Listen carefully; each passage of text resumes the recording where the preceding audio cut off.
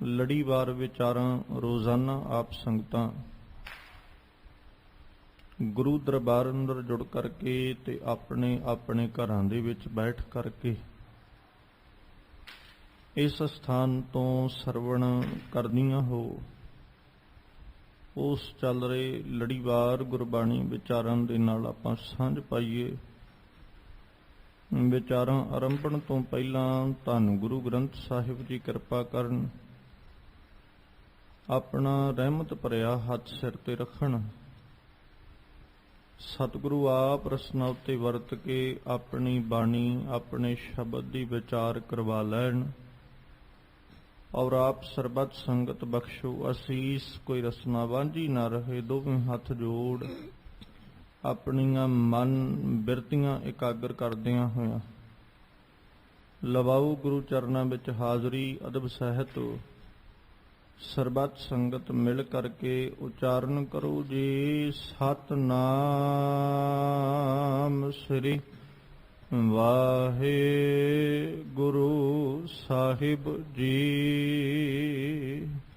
ਇੱਕ ਵਾਰ ਫਿਰ ਕਰੋ ਰਸਨਾਵਾਂ ਪਵਿੱਤਰ ਔਰ ਮਿਲ ਕੇ ਆਖੋ ਜੀ। ਸਤਿਨਾਮ ਸ੍ਰੀ ਵਾਹਿਗੁਰੂ ਸਾਹਿਬ ਜੀ। ਵਾਹਿਗੁਰੂ ਸਾਹਿਬ ਜੀ। ਸਵਈਏ ਮਹੱਲੇ ਚੌਥੇ ਕੇ। ਇੱਕ ਓੰਕਾਰ ਸਤ ਗੁਰ ਪ੍ਰਸਾਦ।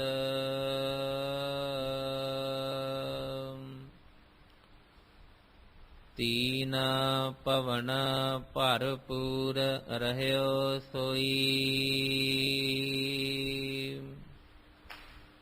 ਆਪਨ ਸਰਸ ਕੀਓ ਨਾ ਜਗਤ ਕੋਈ।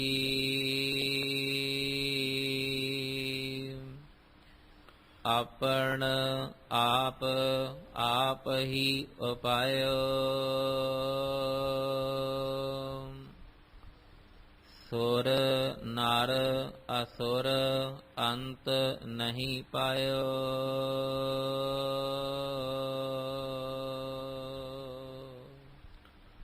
ਜਿਸ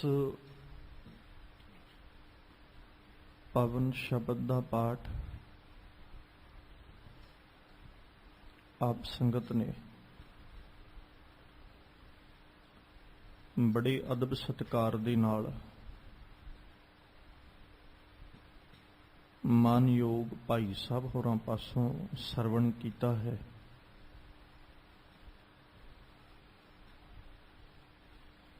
ਇਹ ਪਾਵਨ ਬਚਨ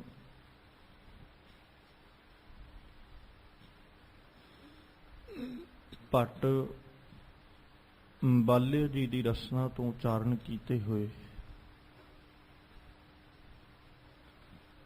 ਸਵਈਏ ਮਹੱਲੇ ਚੌਥੇ ਕੇ ਸਿਰਲੇਖ ਹੇਠ ਗੁਰੂ ਗ੍ਰੰਥ ਸਾਹਿਬ ਪਾਤਸ਼ਾਹ ਜੀ ਦੇ ਪਾਵਨ ਅੰਗ 1405 ਦੇ ਉੱਪਰ ਸੁਭਾਇਮਾਨ ਹੈ।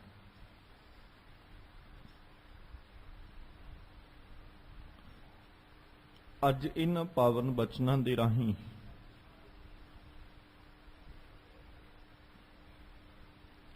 ਜੋ ਭੱਟ ਜੀ ਉਪਦੇਸ਼ ਦੇ ਰਹੇ ਨੇ, ਜੋ ਸਿੱਖਿਆ ਸਾਨੂੰ ਦੇ ਰਹੇ ਨੇ, ਇਹਨਾਂ ਬਚਨਾਂ ਵਿੱਚ ਵੀ ਅੱਜ ਗੁਰੂ ਰਾਮਦਾਸ ਪਾਤਸ਼ਾਹ ਜੀ ਦੀ ਸ਼ੋਭਾ ਨੂੰ, ਵਡਿਆਈ ਨੂੰ ਭੱਟ ਬੱਲ ਜੀ ਨੇ ਗਾਇਨ ਕੀਤਾ, ਉਚਾਰਨ ਕੀਤਾ।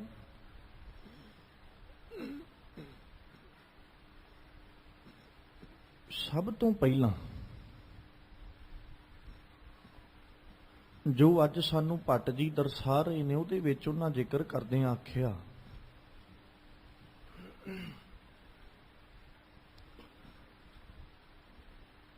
ਕਿ ਸੰਸਾਰ ਜਿਹੜਾ ਸਾਰੇ ਦਾ ਸਾਰਾ ਸਿਰਜਿਆ ਗਿਆ,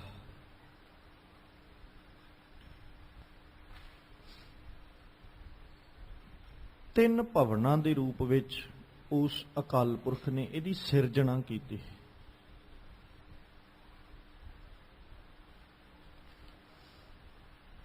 ਜਿੱਥੇ ਤਿੰਨ ਭਵਨਾਂ ਵਿੱਚੋਂ ਇਹਦੀ ਸਿਰਜਣਾ ਕਰਦਾ ਹੈ, ਇਹਨੂੰ ਕਰਨ ਵਾਲਾ ਇਹਦਾ ਕਰਤਾ ਹੈ।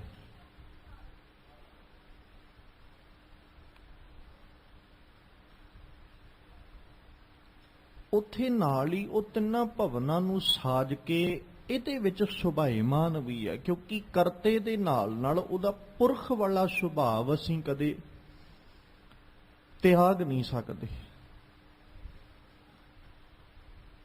ਜਿੱਥੇ ਉਹ ਕਰਤਾ ਹੈ ਨਾਲ ਪੁਰਖ ਵੀ ਹੈ। ਸਭ ਕੁਝ ਕਰਦਾ ਕੌਣ ਹੈ? ਅਕਾਲ ਪੁਰਖ। ਜੇ ਸਭ ਕੁਝ ਕਰਨ ਵਾਲਾ ਅਕਾਲ ਪੁਰਖ ਹੈ ਤੇ ਕਰਕੇ ਉਹਦੇ ਵਿੱਚ ਬੈਠਣ ਵਾਲਾ ਸੁਭਾਏਮਾਨ ਹੋਣ ਵਾਲਾ ਕੌਣ ਹੈ? ਅਕਾਲ ਪੁਰਖ। ਸਭਨਾਂ ਵਿੱਚ ਆਪਣੀ ਜੋਤ ਦਾ ਵਰਤਾਰਾ ਵਰਤਾਉਣ ਵਾਲਾ ਵੀ ਅਕਾਲ ਪੁਰਖ ਹੈ। ਉਹਨੇ ਇਕੱਲਾ ਕਰਿਆ ਨਹੀਂ, ਉਹਨੇ ਇਕੱਲਾ ਸਿਰਜਿਆ ਨਹੀਂ, ਉਹ ਸਿਰਜਣਹਾਰ ਦੇ ਨਾਲ ਨਾਲ ਉਹ ਸੰਭਾਲਣ ਵਾਲਾ ਤੇ ਪਾਲਣਹਾਰ ਵੀ ਹੈ।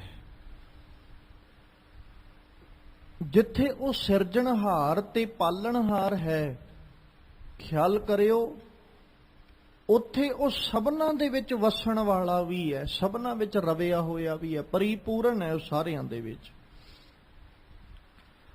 ਭੱਟ ਜੀ ਨੇ ਸਭ ਤੋਂ ਪਹਿਲਾਂ ਜ਼ਿਕਰ ਕੀਤਾ, ਕਹਿੰਦੇ ਤੀਨ ਭਵਨ ਭਰਪੂਰ ਰਹਿਆ।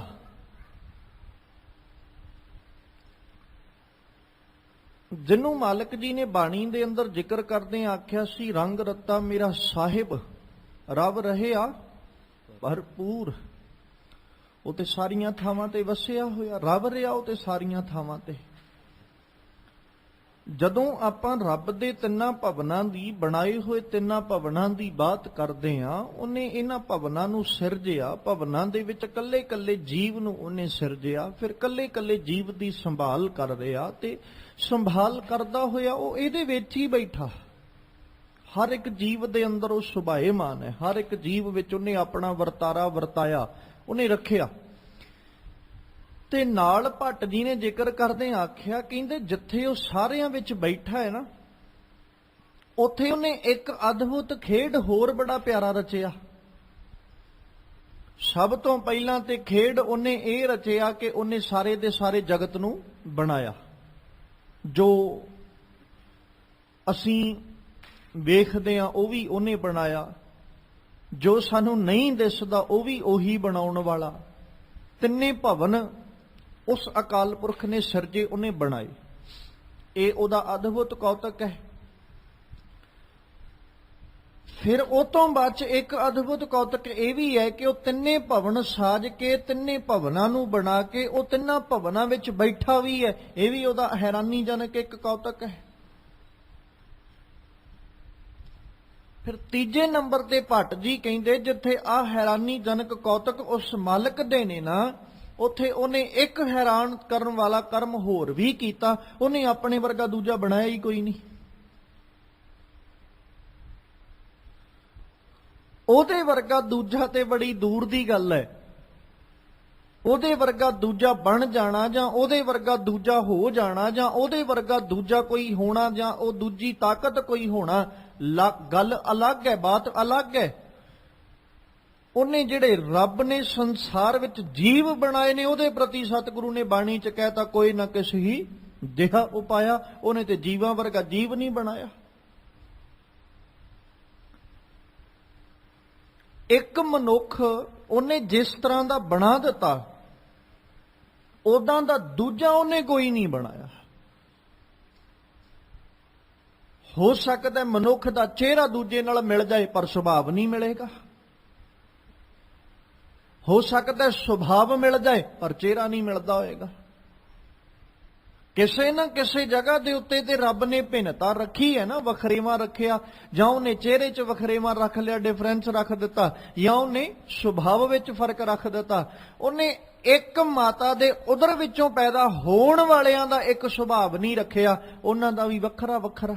ਤੇ ਉਹਦੇ ਵਰਗਾ ਦੂਜਾ ਕੋਈ ਕਿਵੇਂ ਬਣ ਸਕਦਾ, ਜਾਂ ਉਹ ਕਿਵੇਂ ਬਣਾ ਦੇ? ਵੇਖੋ, ਆਪਾਂ ਇਹ ਨਹੀਂ ਕਹਿ ਸਕਦੇ ਕਿ ਰੱਬ ਆਪਣੇ ਵਰਗਾ ਦੂਜਾ ਬਣਾ ਨਹੀਂ ਸਕਦਾ। ਜੇ ਉਹ ਚਾਹਵੇ ਤੇ ਆਪਣੇ ਵਰਗਾ ਦੂਜਾ ਬਣਾ ਵੀ ਸਕਦਾ ਹੈ, ਪਰ ਉਹਦੇ ਵਰਗਾ ਦੂਜਾ ਹੈ ਕੋਈ ਨਹੀਂ। ਜੇ ਕੋਈ ਜੀਵ ਚਾਹ ਕੇ ਵੀ ਉਹਦੇ ਵਰਗਾ ਬਣਨਾ ਚਾਹੁੰਦਾ ਤੇ ਕਦਾਚਿਤ ਨਹੀਂ ਬਣ ਸਕਦਾ। ਉਹਦੇ ਵਰਗਾ ਬਣਨ ਵਾਲਾ ਜੀਵ ਉਹਦੇ ਵਿੱਚ ਸਮਾ ਜਾਂਦਾ ਹੈ। ਉਹਦੇ ਵਰਗਾ ਜਿਹੜਾ ਜੀਵ ਬਣਨਾ ਚਾਹਵੇ ਉਹਦੇ ਵਿੱਚ ਲੀਨ ਹੋ ਜਾਂਦਾ ਹੈ, ਪਰ ਉਹ ਪਰਮੇਸ਼ਵਰ ਵਰਗਾ ਆਪਣੇ ਆਪ ਨੂੰ ਕਦੇ ਬਣਾ ਨਹੀਂ ਸਕਿਆ। ਜਿੰਨਾ ਮਰਜ਼ੀ ਸਮਰੱਥ ਹੋਵੇ, ਜਿੱਡੀ ਮਰਜ਼ੀ ਤਾਕਤ ਦਾ ਮਾਲਕ ਕਿਉਂ ਨਾ ਹੋਵੇ ਇੱਕ ਇਨਸਾਨ, ਪਰ ਸਤਿਗੁਰੂ ਜੀ ਬਾਣੀ ਦੇ ਅੰਦਰ ਕਹਿੰਦੇ ਮੇਰਾ ਸਾਹਿਬ ਜਿਹੜਾ ਨਾ ਉਹ ਭਰਪੂਰ ਹੈ। ਜਿੱਥੇ ਉਹ ਭਰਪੂਰ ਹੈ, ਪਰ ਇੱਕ ਇਹ ਵੀ ਹੈ ਕਿ ਉਹਨੂੰ ਭਰਪੂਰ ਨੂੰ ਮੈਂ ਆਪਣੇ ਕੋਲ ਨੇੜੇ ਸਮਝਣ ਦੀ ਬਜਾਏ ਉਹਨੂੰ ਬੜੀ ਦੂਰ ਸਮਝੀ ਬੈਠਾ।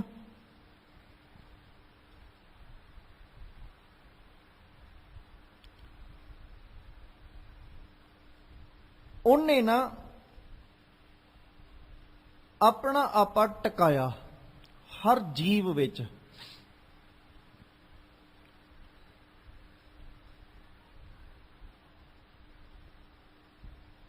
ਜਿੱਥੇ ਉਹਨੇ ਆਪਣਾ ਆਪਾ ਟਿਕਾਇਆ ਨਾ,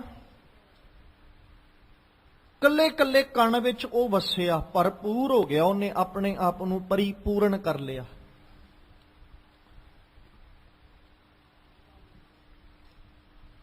ਜੀਵ ਦੇ ਮਨ ਵਿੱਚ ਇੱਕ ਭਰਮ ਪੈਦਾ ਕੀਤਾ ਉਹਨੇ।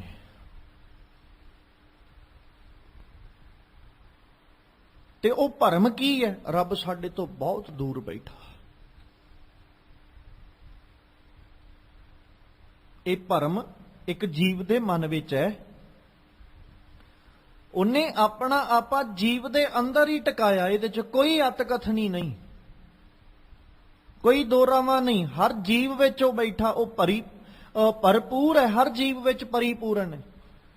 ਪਰ ਉਹਨੇ ਜਿਸ ਜੀਵ ਵਿੱਚ ਵੀ ਆਪਣਾ ਆਪਾ ਟਿਕਾਇਆ ਨਾ, ਉਹਦੇ ਵਿੱਚ ਇੱਕ ਭਰਮ ਪੈਦਾ ਕੀਤਾ। ਉਸੇ ਭਰਮ ਨੂੰ ਅਸੀਂ ਖਤਮ ਕਰਨਾ ਹੈ। ਉਹ ਜਿਹੜੀ ਕੂੜ ਦੀ ਪਾਲ ਸਾਡੇ ਅੰਦਰ ਬਣੀ ਹੈ ਨਾ, ਉਸ ਕੂੜ ਦੀ ਪਾਲ, ਭਰਮ ਦੀ ਪਾਲ ਨੂੰ ਹੀ ਅਸੀਂ ਖਤਮ ਕਰਨਾ ਹੈ। ਜਿੱਦਣ ਖਤਮ ਹੋ ਜਾਏਗੀ ਉਦਣ ਤੇ ਸਾਹਮਣੇ ਬੈਠਾ ਨਜ਼ਰ ਆਉਂਦਾ, ਉਦਣ ਤੇ ਸਨਮੁਖ ਬੈਠਾ ਹੋਇਆ ਸੁਭਾਏਮਾਨ ਉਹ ਨਜ਼ਰ ਆਉਂਦਾ, ਦਿਸਦਾ। ਪਰ ਅਫਸੋਸ ਇਸ ਗੱਲ ਦਾ ਵੀ ਅਜੇ ਤੱਕ ਅਸੀਂ ਉਹ ਕੂੜ ਦੀ ਪਾਲ, ਭਰਮ ਦੀ ਪਾਲ ਜਿਹੜੀ ਹੈ, ਕੰਧ ਜਿਹੜੀ, ਦੀਵਾਰ, ਪਰਦਾ ਜਿਹੜਾ, ਉਹ ਚੁੱਕ ਨਹੀਂ ਸਕੇ।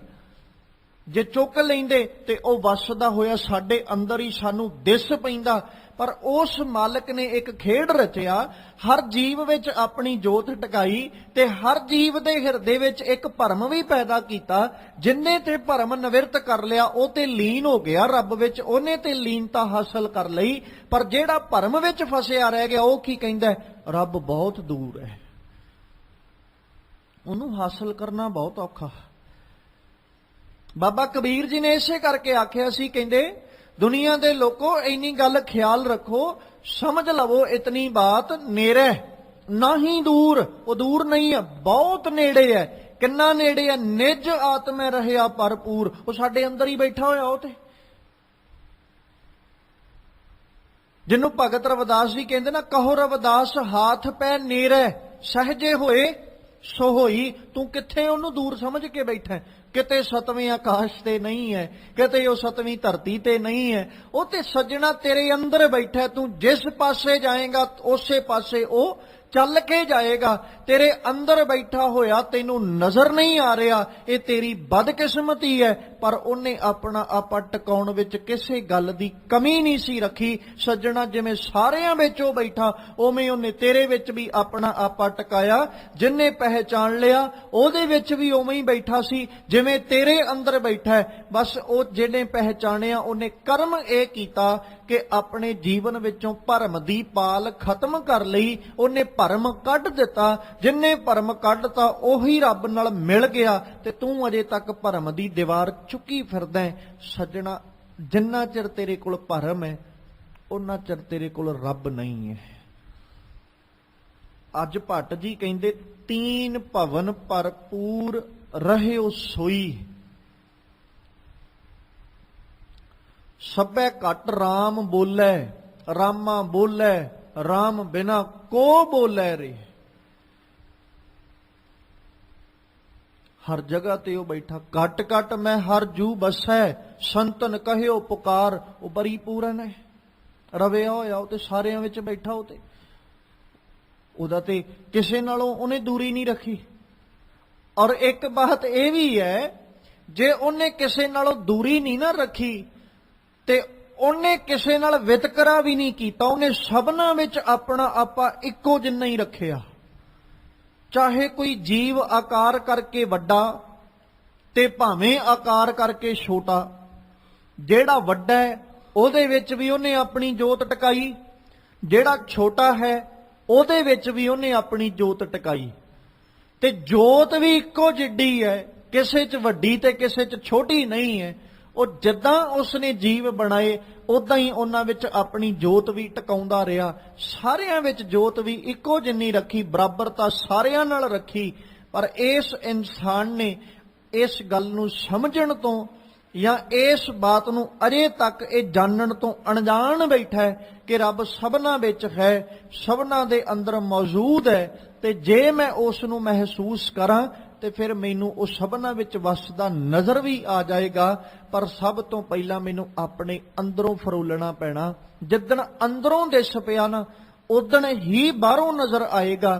ਤੇ ਜੇ ਮੈਂ ਬਾਹਰੋਂ ਵੇਖਣ ਦੀ ਕੋਸ਼ਿਸ਼ ਕਰਾਂ, ਖਿਮਾ ਕਰਿਓ ਇਹ ਲਫ਼ਜ਼ ਵਰਤਣ ਲੱਗਿਆ, ਬਾਹਰੋਂ ਰੱਬ ਕਦੇ ਨਜ਼ਰ ਨਹੀਂ ਜੇ ਆਉਣਾ, ਜਿੰਨਾ ਮਰਜ਼ੀ ਯਤਨ ਕਰ ਲਈਏ। ਬਾਹਰੋਂ ਰੱਬ ਕਦੇ ਵੀ ਨਜ਼ਰ ਨਹੀਂ ਆਏਗਾ ਜਿੰਨਾ ਚਿਰ ਅੰਦਰੋਂ ਨਹੀਂ ਦਿਸ ਜਾਂਦਾ। ਜਿੱਦਣ ਅੰਦਰੋਂ ਦਿਸ ਗਿਆ ਉਦਣ ਕਣ ਕਣ ਵਿੱਚ ਵਸਦਾ ਦਿਸੇਗਾ।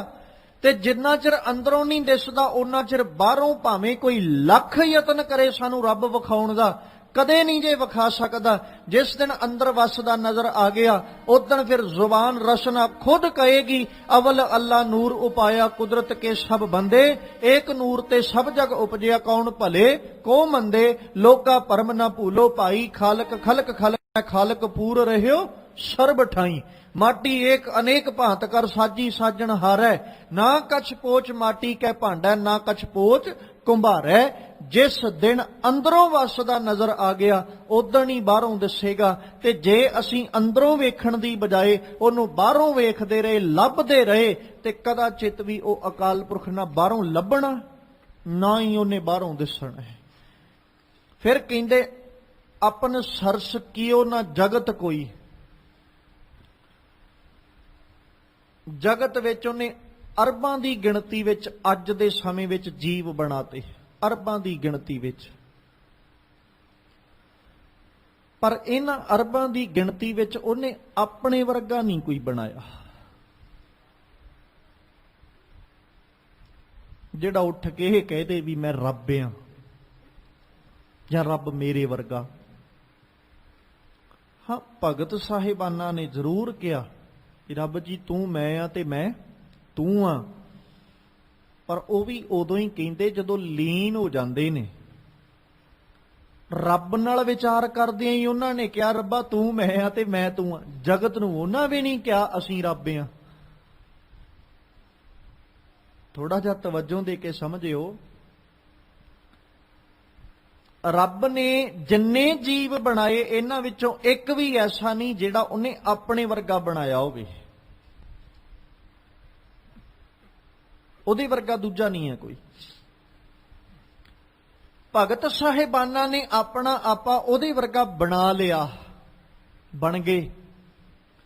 ਜਦੋਂ ਉਹਦੇ ਵਰਗੇ ਬਣ ਗਏ ਨਾ ਉਦੋਂ ਭਗਤ ਇਹ ਕਹਿੰਦੇ ਨੇ ਵੀ ਤੋਹੀ ਮੋਹੀ ਮੋਹੀ ਤੋਹੀ ਅੰਤਰ ਕੈਸਾ। ਆਪਣੇ 'ਚ ਕੋਈ ਅੰਤਰ ਨਹੀਂ ਰੱਬਾ, ਤੇਰੇ ਤੇ ਮੇਰੇ 'ਚ ਕੀ ਫਰਕ ਹੈ, ਆਪਾਂ ਤਾਂ ਇੱਕੋ ਹੀ ਆ, ਦੋਵੇਂ ਇੱਕ ਆ। ਔਰ ਜਿੰਨੀ ਵਾਰੀ ਵੀ ਆਪਾਂ ਗੁਰਬਾਣੀ 'ਚ ਇਸ ਬਾਤ ਨੂੰ ਸਮਝਾਂਗੇ ਨਾ, ਪੜਾਂਗੇ, ਤੇ ਇਹ ਜਦੋਂ ਵੀ ਵਿਚਾਰ ਗੁਰਬਾਣੀ ਨੇ ਦਿੱਤੀ ਉਦੋਂ ਰੱਬ ਨਾਲ ਵਿਚਾਰ ਕਰਦਿਆਂ ਇਹ ਬਾਤ ਆਈ ਹੈ ਵੀ ਰੱਬਾ ਤੇਰੇ ਤੇ ਮੇਰੇ ਵਿੱਚ ਕੋਈ ਫਰਕ ਨਹੀਂ ਹੈ।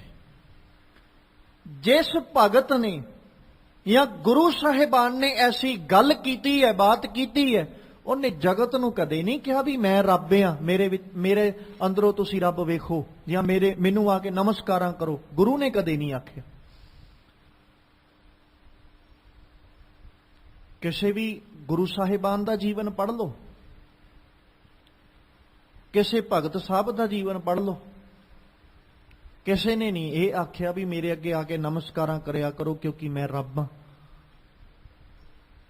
ਔਰ ਖਿਆਲ ਕਰੋ ਬਾਬੇ ਨਾਨਕ ਨੇ ਪ੍ਰਚਾਰਕ ਫੇਰੀਆਂ ਕੀਤੀਆਂ।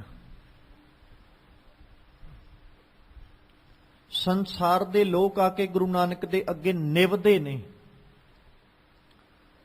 ਇੱਕ ਵੀ ਸ਼ਖਸ ਐਸਾ ਗਿਣਾ ਦਿਓ ਜਾਂ ਇਤਿਹਾਸ ਦਾ ਪੰਨਾ ਫਰੋਲ ਕੇ ਵਿਖਾ ਦਿਓ ਜਿੱਥੇ ਬਾਬੇ ਨਾਨਕ ਨੇ ਆ ਕੇ ਆਖਿਆ ਹੋਵੇ ਵੀ ਮੇਰੇ ਚਰਨਾਂ ਤੇ ਆ ਕੇ ਝੁਕੋ। ਭੱਟ ਸਾਹਿਬਾਨਾਂ ਨੇ, ਬਾਬੇ ਨਾਨਕ ਨੇ ਆਪਣੀ ਰਸਨਾ ਤੋਂ ਨਹੀਂ। ਹੁਣ ਆਪਾਂ ਭੱਟਾਂ ਦਾ ਉਚਾਰਨ ਕੀਤੇ ਬੋਲ ਭੱਟ ਬਾਣੀ ਜਿਹੜੀ ਉਹਨੂੰ ਵਿਚਾਰ ਰਹੇ ਆ। ਭੱਟ ਸਾਹਿਬਾਨਾਂ ਨੇ ਜਦੋਂ ਬਾਬੇ ਨਾਨਕ ਦੀ ਵਡਿਆਈ ਕੀਤੀ ਉਦੋਂ ਆਖਿਆ ਵੀ ਤੁਸੀਂ ਰੱਬ ਰੂਪ ਹੋ, ਪਰ ਬਾਬੇ ਨਾਨਕ ਨੇ ਤਾਂ ਨਹੀਂ ਨਾ ਆਖਿਆ ਵੀ ਮੈਂ ਰੱਬ ਹਾਂ। ਗੁਰਬਾਣੀ ਗੁਰੂ ਨਾਨਕ ਸਾਹਿਬ ਦੀ ਸਾਡੇ ਸਾਹਮਣੇ ਹੈ। ਬਾਬੇ ਨਾਨਕ ਨੇ ਤੇ ਇਹ ਕਿਹਾ, ਨਾਨਕ ਨੀਚ ਕਹੈ ਵਿਚਾਰ, ਵਾਰਿਆ ਨਾ ਜਾਵਾਂ ਏਕ ਵਾਰ। ਜੋ ਤੁਧ ਭਾਵੈ ਸਾਈ ਭਲੀ ਕਰ। ਇਹਦਾ ਮਤਲਬ ਕੋਈ ਦੂਜਾ ਹੈ ਜਿਹਨੂੰ ਬਾਬੇ ਨਾਨਕ ਨੇ ਵੀ ਆਖਿਆ ਵੀ ਜੋ ਤੁਧ ਭਾਵੈ ਸਾਈ ਭਲੀ ਕਰ। ਮੈਂ ਤੇ ਨੀਵਾਂ ਜਿਹਾ। ਐਸਾ ਜੀਵਨ ਬਾਬੇ ਨਾਨਕ ਦਾ ਵੇਖ ਕੇ, ਇਦਾਂ ਦਾ ਜੀਵਨ ਸ਼ੈਲੀ ਵੇਖ ਕੇ, ਜਾਂ ਬਾਬੇ ਨਾਨਕ ਦੀ ਜ਼ਿੰਦਗੀ, ਉਹਨਾਂ ਦੀ ਜੀਵਨ ਜਾਂਚ ਵੇਖ ਕੇ, ਜਾਂ ਸੰਸਾਰ ਉੱਤੇ ਉਹਨਾਂ ਦੇ ਉਪਕਾਰ ਵੇਖ ਕੇ ਭੱਟ ਸਾਹਿਬਾਨ ਜਦੋਂ ਬੋਲੇ ਤੇ ਆਖਿਆ ਬਾਬਾ ਤੂੰ ਤੇ ਰੱਬ ਦਾ ਰੂਪ ਹੈ, ਤੂੰ ਤੇ ਖੁਦ ਅਕਾਲ ਪੁਰਖ ਪਰਮੇਸ਼ਵਰ ਹੈ। ਪਰ ਬਾਬੇ ਨਾਨਕ ਦੀ ਬਾਣੀ ਵਿੱਚੋਂ ਸਾਨੂੰ ਕਿਤੋਂ ਨਹੀਂ ਮਿਲੇਗਾ ਵੀ ਗੁਰੂ ਨਾਨਕ ਨੇ ਆਖਿਆ ਹੋਵੇ ਮੈਂ ਰੱਬ। ਆਪਨ ਸਰਸ ਕੀਓ ਨਾ ਜਗਤ ਕੋਈ। ਉਹਨੇ ਬਣਾਇਆ ਹੀ ਨਹੀਂ ਆਪਣੇ ਵਰਗਾ ਦੂਜਾ ਕੋਈ। ਜਿੱਥੇ ਉਹਨੇ ਆਪਣੇ ਵਰਗਾ ਦੂਜਾ ਬਣਾਇਆ ਨਹੀਂ ਨਾ, ਉਹਦੇ ਵਰਗਾ ਦੂਜਾ ਬਣ ਜਾਣਾ ਵੀ ਨਾਮੁਮਕਿਨ ਹੈ। ਉਹਦੇ ਵਰਗੇ ਨਹੀਂ ਬਣ ਸਕਦੇ। ਉਹਨੇ ਜੀਵ ਵਰਗਾ ਜੀਵ ਨਹੀਂ ਬਣਾਇਆ, ਉਹਦੇ ਵਰਗਾ ਤੇ ਬਣਨਾ ਬੜੀ ਦੂਰ ਦੀ ਗੱਲ ਹੈ। ਇੱਕ ਜੀਵ ਦੂਜੇ ਵਰਗਾ ਨਹੀਂ ਹੈ। ਸਭਨਾਂ ਵਿੱਚ ਕੋਈ ਨਾ ਕੋਈ ਵੱਖਰੇਵਾ, ਕੋਈ ਨਾ ਕੋਈ ਭਿੰਨਤਾ, ਕੋਈ ਨਾ ਕੋਈ ਡਿਫਰੈਂਸ ਉਹਨੇ ਰੱਖਿਆ। ਇੱਕ ਵਰਗਾ ਦੂਜਾ ਕੋਈ ਨਹੀਂ ਉਹਨੇ ਬਣਾਇਆ, ਤੇ ਫਿਰ ਉਹਦੇ ਵਰਗਾ ਦੂਜਾ ਉਹ ਕਿੱਥੋਂ ਬਣਾ ਦੇ। ਇੱਕ ਹੀ ਹੈ ਤਾਕਤ ਜਿਹੜੀ ਸਾਰੀਆਂ ਥਾਵਾਂ ਤੇ ਵਸੀ ਹੋਈ ਪਰਿਪੂਰਨ ਹੈ, ਤੇ ਉਹਦੇ ਵਰਗੀ ਦੂਜੀ ਕੋਈ ਤਾਕਤ ਹੈ ਵੀ ਨਹੀਂ, ਉਹਦੇ ਵਰਗਾ ਦੂਜਾ ਕੋਈ ਹੈ ਵੀ ਨਹੀਂ। ਸਾਰੇ ਦਾ ਸਾਰਾ ਜਗਤ ਬਣਾ ਕੇ ਆਪਣੇ ਆਪੇ ਨੂੰ ਉਹਦੇ ਵਿੱਚ ਵੀ ਟਿਕਾ ਲਿਆ, ਤੇ ਉਹਨੂੰ ਲੋੜ ਨਹੀਂ ਪਈ ਵੀ ਮੈਂ ਕੋਈ ਦੂਜਾ ਵੀ ਬਣਾਵਾਂ ਤੇ ਉਹ ਮੇਰੀ ਥਾਂ ਦੇ ਉੱਤੇ ਕੰਮ ਕਰੇ, ਮੇਰੀ ਥਾਂ ਤੇ ਵਰਕ ਕਰੇ। ਨਹੀਂ, ਉਹ ਆਪੇ ਹੀ ਸਾਰੇ ਦਾ ਸਾਰਾ ਸੰਭਾਲ ਕਰਨ ਵਾਲਾ, ਪ੍ਰਤਪਾਲਣ ਵਾਲਾ, ਸਾਰਿਆਂ ਨੂੰ ਪੈਦਾ ਕਰਨ ਵਾਲਾ, ਸਾਰਿਆਂ ਨੂੰ ਮਾਰਨ, ਸਾਰੇ ਦਾ ਸਾਰਾ ਕਾਰ ਵਿਹਾਰ ਉਹਦੇ ਕੋਲ ਹੀ ਹੈ। ਬੰਦੇ ਨੂੰ ਜਦੋਂ ਕੰਮ ਕਰਨਾ ਪਏ, ਇੱਕ ਤੋਂ ਦੂਜਾ ਕੰਮ ਕਰਨ ਲੱਗਿਆ ਉਹਨੂੰ ਬੰਦਾ ਪਰਸਨ ਕੋਲੇ ਰੱਖਣਾ ਪੈਂਦਾ, ਤੇ ਜੇ ਰੱਬ ਨੂੰ ਵੀ ਰੱਖਣਾ ਪੈ ਗਿਆ ਤੇ ਫਿਰ ਤੁਸੀਂ ਸੋਚੋ ਰੱਬ ਤੇ ਇਨਸਾਨ 'ਚ ਫਰਕ ਕੀ ਰਿਹਾ। ਪਰਮਾਤਮਾ ਤੇ ਖੁਦ ਐਡਾ ਸਮਰੱਥ ਵੀ ਉਹ ਕੱਲੇ ਕੱਲੇ ਜੀਵ ਨੂੰ ਤਾਕਤ ਦੇ ਰਿਹਾ ਵੀ ਲੈ ਸੱਜਣਾ ਤੂੰ ਕਰਮ ਕਰ, ਤੇ ਜਿਹੜਾ ਰੱਬ ਸਭਨਾਂ ਨੂੰ ਤਾਕਤ ਦੇ ਰਿਹਾ ਉਹ ਆਪ ਕਿੱਡਾ ਸਮਰੱਥ ਤੇ ਕਿੱਡੀ ਵੱਡੀ ਤਾਕਤ ਦਾ ਮਾਲਕ ਹੋਏਗਾ। ਭੱਟ ਜੀ ਕਹਿੰਦੇ ਉਹ ਅਕਾਲ ਪੁਰਖ ਨੇ ਐਸੀ ਖੇਡ ਰਚਾਈ ਕਿ ਉਹਨੇ ਦੂਜਾ ਆਪਣੇ ਵਰਗਾ ਬਣਾਇਆ ਹੀ ਕੋਈ ਨਹੀਂ। ਸੰਸਾਰ ਉੱਤੇ ਇੱਕੋ ਹੀ ਹੈ ਪਰਮਾਤਮਾ, ਤੇ ਉਹਨੇ ਇੱਕ ਹੀ ਰਹਿਣਾ। ਚਾਹੇ ਅਸੀਂ ਜਿਸ ਮਰਜ਼ੀ ਰੂਪ ਵਿੱਚ ਚੇਤੇ ਕਰ ਲਈਏ, ਹੈ ਉਹ ਇੱਕ। ਉਹਦੇ ਨਾਮ ਵੱਖਰੇ ਵੱਖਰੇ ਹੋ ਸਕਦੇ ਨੇ, ਪਰ ਉਹ ਖੁਦ ਕਦੇ ਤਬਦੀਲ ਨਹੀਂ ਹੋਏਗਾ। ਉਹ ਸ਼ਖਸ ਇੱਕੋ ਹੀ ਹੈ। ਉਹਦੇ ਨਾਮ ਕੋਈ ਕਿਸੇ ਢੰਗ ਨਾਲ ਲੈ ਰਿਹਾ, ਕੋਈ ਕਿਸੇ ਤਰੀਕੇ ਨਾਲ ਲੈ ਰਿਹਾ। ਬਸ ਇਹੀ ਹੈ ਕਿ ਕੋਈ ਬੋਲੇ ਰਾਮ ਰਾਮ ਕੋਈ ਖੁਦਾਏ, ਕੋਈ ਸੇਵੈ ਗੁਸਾਈਆਂ ਕੋਈ ਅੱਲਾਏ। ਉਹ ਅਕਾਲ ਪੁਰਖ ਪਰਮੇਸ਼ਵਰ ਹੀ ਹੈ। ਰਾਮ ਰੂਪ ਵਿੱਚ ਵੀ ਉਹੀ ਹੈ ਤੇ ਅੱਲਾ ਰੂਪ ਵਿੱਚ ਵੀ ਉਹੀ ਹੈ। ਉਹਦੇ ਨਾਮ ਵੱਖਰੇ ਨੇ ਪਰ ਸ਼ਖਸੀਅਤ ਉਹ ਇੱਕੋ ਹੀ ਹੈ। ਉਹਦੇ ਵਰਗਾ ਦੂਜਾ ਕੋਈ ਨਹੀਂ ਜਿਹੜਾ ਜਗਤ ਵਿੱਚ ਉਸ ਵਰਗਾ ਬਣਿਆ ਹੋਵੇ ਜਾਂ ਉਹਨੇ ਆਪ ਆਪਣੇ ਵਰਗਾ ਬਣਾਇਆ ਹੋਵੇ। ਫਿਰ ਕਹਿੰਦੇ ਆਪਨ ਆਪ ਹੀ ਉਪਾਇਓ। ਹਰ ਜੀਵ ਦੇ ਬਣਨ ਦਾ ਕੋਈ ਨਾ ਕੋਈ ਤਰੀਕਾ ਢੰਗ ਹੈ, ਬਣਾਉਣ ਵਾਲਾ ਕੋਈ ਹੈ ਹਰ ਵਸਤੂ ਨੂੰ। ਸ਼ਾਇਦ ਇਹੀ ਭਰਮ ਸਾਡੇ ਮਨਾਂ 'ਚ ਰਿਹਾ, ਅਸੀਂ ਰੱਬ ਬਣਾਉਣਾ ਸ਼ੁਰੂ ਕਰ ਲਿਆ। ਜਿਵੇਂ ਅਸੀਂ ਸੰਸਾਰਕ ਜੀਵਾਂ ਤੇ ਬਿਰਤੀ ਸੰਸਾਰਕ ਹੈ, ਤੇ ਸੰਸਾਰਕ ਬਿਰਤੀ ਇਹ ਕਹਿੰਦੀ ਹੈ ਵੀ ਕਿਸੇ ਪਦਾਰਥ ਨੂੰ ਬਣਾਉਣ ਵਾਲਾ ਕੋਈ ਨਾ ਕੋਈ ਹੈ। ਤੇ ਜੀਵ ਨੂੰ ਬਣਾਉਣ ਵਾਲਾ ਵੀ ਕੋਈ ਹੈ।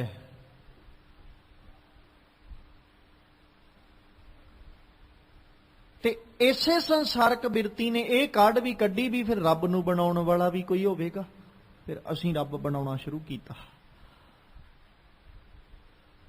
ਕਿਸੇ ਨੇ ਕਿਸੇ ਆਕਾਰ 'ਚ ਬਣਾ ਲਿਆ, ਕਿਸੇ ਨੇ ਕਿਸੇ ਰੂਪ 'ਚ ਬਣਾ ਲਿਆ, ਕਿਸੇ ਨੇ ਕੋਈ ਆਕਾਰ ਕੱਢਤਾ। ਉਹ ਰੱਬ ਬਣਦੇ ਬਾਬੇ ਨਾਨਕ ਨੇ ਵੇਖੇ ਸੀ, ਤਾਂ ਹੀ ਤੇ ਬਾਬੇ ਨਾਨਕ ਨੂੰ ਕਹਿਣਾ ਪੈ ਗਿਆ ਸੀ ਨਾ, ਥਾਪਿਆ ਨਾ ਜਾਏ ਕੀਤਾ ਨਾ ਹੋਏ। ਤੁਸੀਂ ਕਿੱਥੇ ਤੁਰੇ ਫਿਰਦੇ ਹੋ ਦੁਨੀਆ ਦੇ ਲੋਕੋ? ਵੀ ਤੁਸੀਂ ਕਹਿੰਦੇ ਹੋ ਅਸੀਂ ਸਥਾਪਿਤ ਕਰਨ ਲੱਗੇ ਹਾਂ ਕਿਹਨੂੰ? ਰੱਬ ਨੂੰ। ਤੇ ਤੁਸੀਂ ਕਹਿੰਦੇ ਹੋ ਅਸੀਂ ਕਰਤਾ, ਰੱਬ ਬਣਾਤਾ ਅਸੀਂ। ਕਦੇ ਇਸ ਗੱਲ ਨੂੰ ਵਿਚਾਰਿਆ ਵੀ ਜਿਹਨੂੰ ਤੁਸੀਂ ਸਥਾਪਿਤ ਕਰ ਰਹੇ ਹੋ ਉਹ ਰੱਬ ਕਿਵੇਂ ਹੋ ਗਿਆ? ਉਹ ਤੇ ਤੁਹਾਡੇ ਤੋਂ ਛੋਟਾ ਹੈ, ਕਿਉਂਕਿ ਤੁਸੀਂ ਸਥਾਪਿਤ ਕੀਤਾ। ਇੱਕ ਗੱਲ ਤੇ ਪੱਕੀ ਹੈ, ਜੇ ਅਸੀਂ ਇਹਨੂੰ ਸਮਝੀਏ, ਜੇ ਤੇ ਅਸੀਂ ਇਹ ਮੰਨਦੇ ਹਾਂ ਵੀ ਰੱਬ ਸਾਡੇ ਤੋਂ ਵੱਡਾ ਹੈ, ਤੇ ਫਿਰ ਸਾਨੂੰ ਰੱਬ ਸਥਾਪਿਤ ਕਰਨ ਦੀ ਜ਼ਰੂਰਤ ਨਹੀਂ। ਤੇ ਜੇ ਅਸੀਂ ਰੱਬ ਸਥਾਪਿਤ ਕਰ ਰਹੇ ਹਾਂ, ਇਹਦਾ ਮਤਲਬ ਅਸੀਂ ਇਹ ਮੰਨਦੇ ਹਾਂ ਵੀ ਰੱਬ ਸਾਡੇ ਤੋਂ ਛੋਟਾ ਹੈ, ਅਸੀਂ ਆਪਣੀ ਮਰਜ਼ੀ ਨਾਲ ਸਥਾਪਿਤ ਕਰ ਸਕਦੇ ਹਾਂ।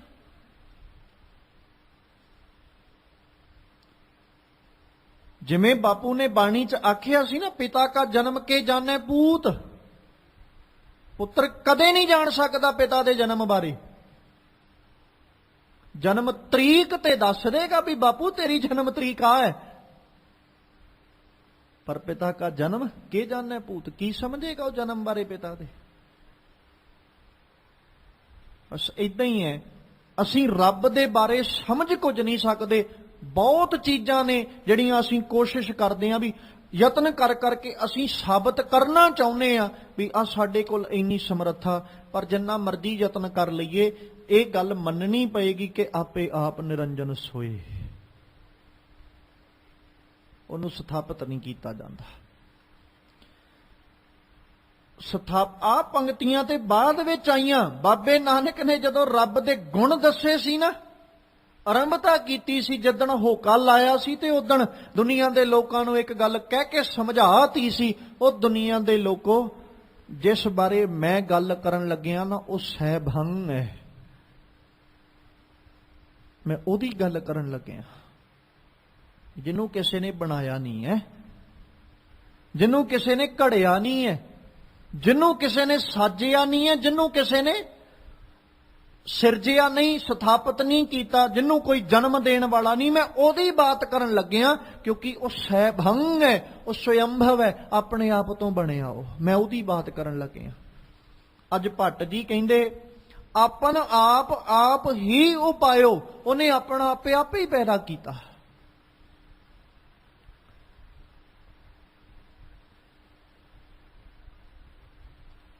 ਜਿਵੇਂ ਆਪਾਂ ਆਸਾ ਕੀ ਵਾਰ ਵਿੱਚ ਰੋਜ਼ਾਨਾ ਪੜ੍ਹਦੇ ਹਾਂ, ਆਪੀ ਨੇ ਆਪ ਸਾਜਿਓ। ਕਿਹੜਾ ਸਾਜਣ ਵਾਲਾ? ਉਹਦੇ ਸਰੂਪ ਨੂੰ। ਅਸੀਂ ਤੇ ਇੱਕ ਆਕਾਰ ਸਥਾਪਿਤ ਕਰ ਸਕਦੇ ਹਾਂ, ਅਸੀਂ ਇੱਕ ਮੂਰਤੀ ਸਥਾਪਿਤ ਕਰ ਸਕਦੇ ਹਾਂ, ਅਸੀਂ ਸੀਮਤ ਚੀਜ਼ਾਂ ਬਣਾ ਸਕਦੇ ਹਾਂ, ਪਰ ਰੱਬ ਤੇ ਇਹਨਾਂ ਚੋਂ ਕਿਸੇ ਚੀਜ਼ ਵਿੱਚ ਵੀ ਨਹੀਂ ਹੈ। ਨਾ ਤੇ ਉਹਨੇ ਮੂਰਤੀ ਚ ਆਉਣਾ ਕਿਉਂਕਿ ਉਹਦਾ ਕੋਈ ਆਕਾਰ ਨਹੀਂ ਹੈ, ਤੇ ਜਿਹੜੀ ਚੀਜ਼ ਅਸੀਂ ਬਣਾ ਰਹੇ ਹਾਂ ਉਹ ਸੀਮਤ ਹੈ, ਤੇ ਰੱਬ ਦੀ ਤੇ ਸੀਮਾ ਹੀ ਕੋਈ ਨਹੀਂ ਹੈ। ਉਹ ਤੇ ਹੈ ਹੀ ਅਸੀਮਤ। ਕਿੱਥੇ ਬਣਾ ਕੇ ਅਸੀਂ ਕਿਹਨੂੰ ਰੱਖਾਂਗੇ?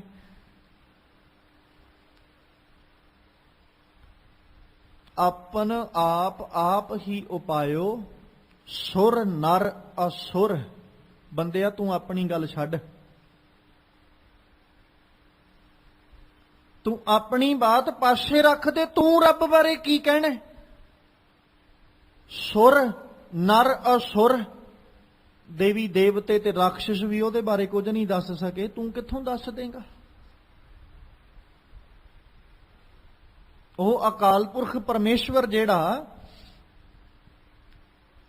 ਜਿਹੜਾ ਆਪੀ ਨੇ ਆਪਣੇ ਆਪ ਨੂੰ ਬਣਾਉਣ ਵਾਲਾ, ਆਪੇ ਹੀ ਆਪਣੇ ਆਪ ਨੂੰ ਸਿਰਜਣ ਵਾਲਾ, ਸਥਾਪਿਤ ਕਰਨ ਵਾਲਾ, ਆਪਣਾ ਪ੍ਰਕਾਸ਼ ਆਪ ਹੀ ਕਰਨ ਵਾਲਾ, ਜਿਹੜਾ ਉਹਦੇ ਬਾਰੇ ਨਾ ਸੁਰ ਤੇ ਨਾ ਅਸੁਰ ਅੰਤ ਨਹੀਂ ਪਾਇਓ। ਕੁਛ ਨਹੀਂ ਦੱਸ ਸਕੇ ਇਹ ਚੀਜ਼ਾਂ। ਇਹ ਜਿਹੜੇ ਵੱਡੇ ਵੱਡੇ ਦੇਵੀ ਗੁਣਾਂ ਦੇ ਮਾਲਕ ਨੇ, ਜਿਨ੍ਹਾਂ ਨੂੰ ਸਮਾਜ ਨੇ ਬੜੇ ਜ਼ਿਆਦਾ ਪੂਜਨੀਕ ਹਸਤੀਆਂ ਮੰਨਿਆ, ਬੜਾ ਸਨਮਾਨ ਬੜਾ ਸਤਿਕਾਰ ਦਿੱਤਾ, ਸੁਰੀ ਦੇਵਤੇ ਸੰਪਦਾ ਵਾਲੇ ਮਨੁੱਖ, ਜਿਹੜੇ ਦੇਵਤੇ ਬਿਰਤੀ ਵਾਲੇ ਜਾਂ ਦੈਂਤ ਜਿਹੜੇ ਬੜੀਆਂ ਤਾਕਤਾਂ ਵਾਲੇ, ਤੇ ਭੱਟ ਜੀ ਕਹਿੰਦੇ ਇਹਨਾਂ ਕੋਲੋਂ ਵੀ ਕੁਛ ਨਹੀਂ ਮਿਲਿਆ ਰੱਬ ਬਾਰੇ। ਤੇ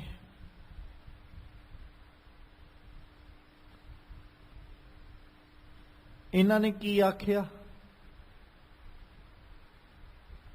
ਸਾਰੇ ਜੇ ਆਪਾਂ ਦੇਵਤਿਆਂ ਦੀ ਗੱਲ ਕਰੀਏ, ਰਾਖਸ਼ਾਂ ਦੀ ਗੱਲ ਕਰੀਏ, ਧਾਰਮਿਕ ਗ੍ਰੰਥਾਂ ਦੀ ਗੱਲ ਕਰੀਏ, ਵੇਦਾਂ ਦੀ ਗੱਲ ਕਰੀਏ, ਤੇ ਕੀ ਕਹਿ ਰਹੇ ਨੇ? ਸਾਰੇ ਇਹ ਹੀ ਕਹਿ ਰਹੇ, ਰੱਬ ਜੀ ਤੁਹਾਡੇ ਵਰਗਾ ਦੂਜਾ ਕੋਈ ਨਹੀਂ, ਰੱਬ ਜੀ ਤੁਹਾਡੇ ਵਰਗਾ ਦੂਜਾ ਕੋਈ ਨਹੀਂ ਹੈ। ਜਿਹਨੂੰ ਗੁਰੂ ਕਲਗੀਧਰ ਸਾਹਿਬ ਨੇ ਆਖਿਆ ਸੀ, ਨੇਤ ਨੇਤ ਬਣ ਤ੍ਰਿਣ ਕਹਿਤ। ਨੇਤ ਦਾ ਮਤਲਬ ਨਾ ਇਤੀ, ਤੇਰੇ ਵਰਗਾ ਦੂਜਾ ਕੋਈ ਨਹੀਂ। ਕੱਲਾ ਕੱਲਾ ਤਿਣਕਾ ਵੀ ਇਹ ਗੱਲ ਕਹਿ ਰਿਹਾ ਵੀ ਰੱਬਾ ਤੇਰੇ ਵਰਗਾ ਦੂਜਾ ਕੋਈ ਨਹੀਂ। ਧਾਰਮਿਕ ਗ੍ਰੰਥ ਇਹ ਗੱਲ ਕਹਿ ਰਹੇ ਨੇ, ਤੇਰੇ ਵਰਗਾ ਦੂਜਾ ਕੋਈ ਨਹੀਂ। ਦੇਵਤੇ ਬਿਰਤੀ ਦੇ ਮਾਲਕ ਇਹ ਗੱਲ ਕਹਿ ਰਹੇ, ਰੱਬ ਜੀ ਤੇਰੇ ਵਰਗਾ ਦੂਜਾ ਕੋਈ ਨਹੀਂ। ਦੈਂਤ ਬਿਰਤੀ ਦੇ ਇਹ ਗੱਲ ਕਹਿ ਰਹੇ ਨੇ, ਰੱਬ ਜੀ ਤੇਰੇ ਵਰਗਾ ਦੂਜਾ ਕੋਈ ਨਹੀਂ। ਤੇ ਮਨੁੱਖਾ ਤੂੰ ਕਿਹਦਾ ਪਾਣੀ ਹਾਰ ਹੈ ਜਿਹੜਾ ਉੱਠ ਕੇ ਇਹ ਆਖੇਗਾ ਰੱਬਾ ਮੈਂ ਦੱਸਦਾ ਤੇਰੇ ਵਰਗਾ ਦੂਜਾ ਕੌਣ ਹੈ। ਸਾਹਿਬ ਕਹਿੰਦੇ ਸੁਰ ਨਰ ਅਸੁਰ ਅੰਤ ਨਹੀਂ ਪਾਇਓ। ਕਿਸੇ ਪ੍ਰਕਾਰ ਵੀ ਉਸ ਅਕਾਲ ਪੁਰਖ ਪਰਮੇਸ਼ਵਰ ਦਾ ਜਿਹੜਾ ਅੰਤ ਹੈ ਉਹਨੂੰ ਲਖਿਆ ਨਹੀਂ ਜਾ ਸਕਦਾ। ਪਾਇਓ ਨਹੀਂ ਅੰਤ ਸੁਰੇ ਅਸੁਰਹਾ ਨਰ ਗਣ ਗੰਧਰਵ ਖੋਜੰਤ ਫਿਰੇ। ਅਬਿਨਾਸੀ ਅਚਲ ਅਜੋਨੀ ਸੰਭਵ ਪੁਰਖੋਤਮ ਅਪਾਰ ਪਰੇ। ਫਿਰ ਕਹਿੰਦੇ ਪਾਉਣਾ ਤੇ ਆਪਾਂ ਆਖੀਏ ਵੀ ਨਹੀਂ ਮਿਲਿਆ ਉਹਨਾਂ ਨੂੰ, ਇਹ ਨਹੀਂ ਵੀ ਉਹਨਾਂ ਯਤਨ ਨਹੀਂ ਕੀਤਾ। ਪਾਇਓ ਨਹੀਂ, ਪਾਇਓ ਮਤਲਬ ਉਹਨਾਂ ਨੂੰ ਮਿਲਿਆ ਨਹੀਂ ਹੈ, ਪ੍ਰਾਪਤ ਨਹੀਂ ਹੋਇਆ ਉਹਨਾਂ ਨੂੰ। ਉਹਨਾਂ ਨੇ ਬਹੁਤ ਕੋਸ਼ਿਸ਼ ਕੀਤੀ ਸੀ ਵੀ ਸ਼ਾਇਦ ਲੱਭ ਜਾਏ। ਜਿਵੇਂ ਆਪਾਂ ਕਿਸੇ ਮੰਜ਼ਲ ਤੇ ਪਹੁੰਚਣ ਲਈ ਬਹੁਤ ਯਤਨ ਕਰੀਏ ਤੇ ਥੱਕ ਜਾਈਏ, ਹਾਰ ਜਾਈਏ, ਫਿਰ ਕਹਿੰਦੇ ਸਾਡੇ ਵੱਸ ਦੀ ਗੱਲ ਨਹੀਂ। ਤੇ ਜੇ ਬੰਦਾ ਥੱਕੇ ਹਾਰੇ ਨਾ ਫਿਰ ਪਤਾ ਕੀ ਕਹਿੰਦਾ, ਜਾਂ ਇਹ ਕੁਛ ਕਰੇ ਨਾ ਤੇ ਫਿਰ ਕਹਿੰਦਾ ਮੈਂ ਤੇ ਟਰਾਈ ਨਹੀਂ ਕੀਤਾ, ਜੇ ਮੈਂ ਕਰਦਾ ਤੇ ਮੈਂ ਤੇ ਕੰਪਲੀਟ ਕਰ ਲੈਣਾ ਸੀ, ਮੈਂ ਅਜੇ ਟਰਾਈ ਕੋਈ ਨਹੀਂ ਕੀਤਾ। ਤੇ ਇੱਥੇ ਆਹ ਬਾਤ ਤੇ ਪੱਕੀ ਹੈ ਵੀ ਉੱਠ ਕੇ ਕੋਈ ਜੀਵ ਇਹ ਨਹੀਂ ਕਹਿ ਸਕਦਾ ਕਿ ਮੈਂ ਅਜੇ ਤੱਕ ਟਰਾਈ ਨਹੀਂ ਸੀ ਕੀਤਾ। ਭੱਟ ਜੀ ਕਹਿੰਦੇ ਪਾਇਓ ਨਹੀਂ ਅੰਤ, ਨਹੀਂ ਮਿਲਿਆ ਉਹਨਾਂ ਨੂੰ। ਸੁਰੇ ਅਸੁਰਹ ਨਰ ਗਣ ਗੰਧਰਵ ਖੋਜੰਤ ਫਿਰੇ। ਬੜਾ ਖੋਜਦੇ ਫਿਰੇ, ਉਹ ਬੜਾ ਲੱਭਿਆ ਉਹਨਾਂ ਨੇ, ਤੇ ਸਾਰਿਆਂ ਨੂੰ ਕੀ ਹੋਇਆ, ਕੀ ਮਿਲਿਆ? ਪਾਇਓ ਨਹੀਂ ਅੰਤ, ਨਹੀਂ ਮਿਲਿਆ ਕਿਸੇ ਨੂੰ।